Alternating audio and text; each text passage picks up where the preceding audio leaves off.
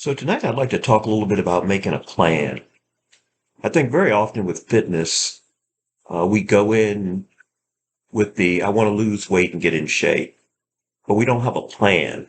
And, for the people that I work with most of the time, they're sort of plan centric. And it's kind of interesting that, for everything in their life they have this plan, like, financially they work towards something with their businesses or with their work life, they're working towards something. When they come in for fitness, a lot of times they have no idea where they're going, what kind of direction they want to go in.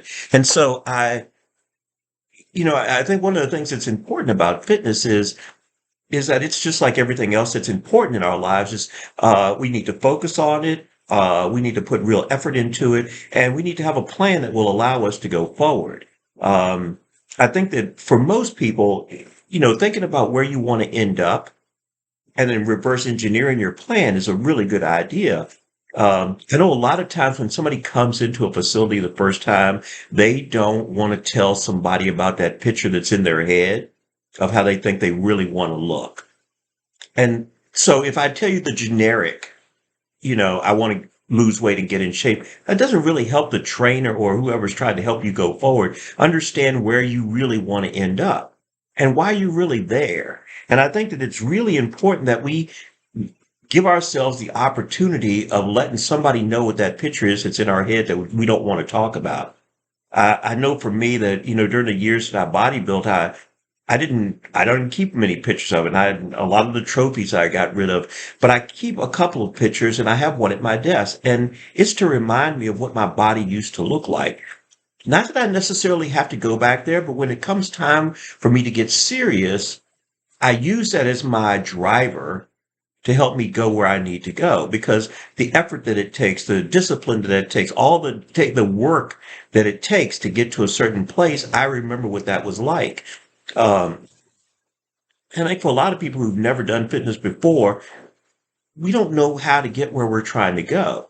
And so we need a plan to put us into a position that we can be successful.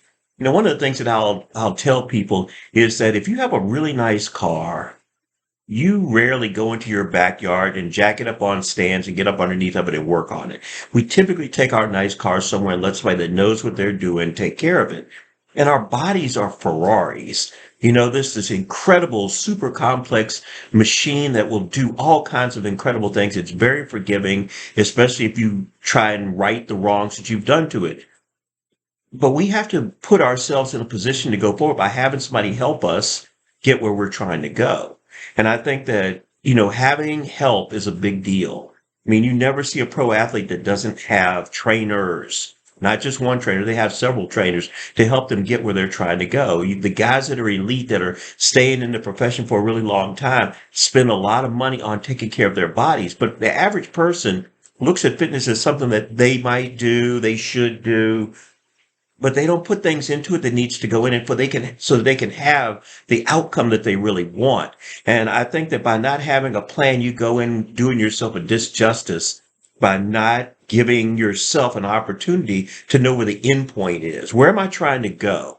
So what I encourage you to do is, when you think about starting something, if it's you're starting it or you're trying to get back into it, give yourself a plan.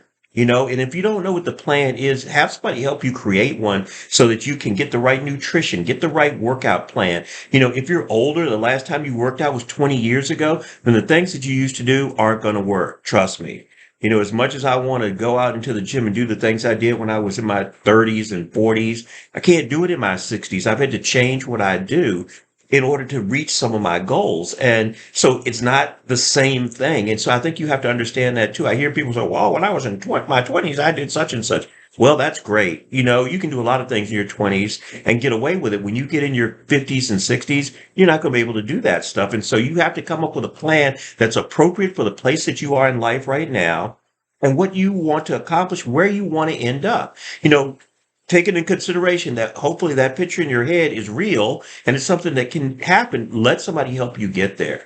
So make your plan up. And then once you know where you want to end, reverse engineer it so that it gives you time to get where you're trying to go. Be realistic about what you're doing. And then you can have this work plan that has small plateaus in it. And then it also has victories along the way so that you know that you're reaching the place that you want to go in an incremental environment, so you're constantly trying to get somewhere as you go along.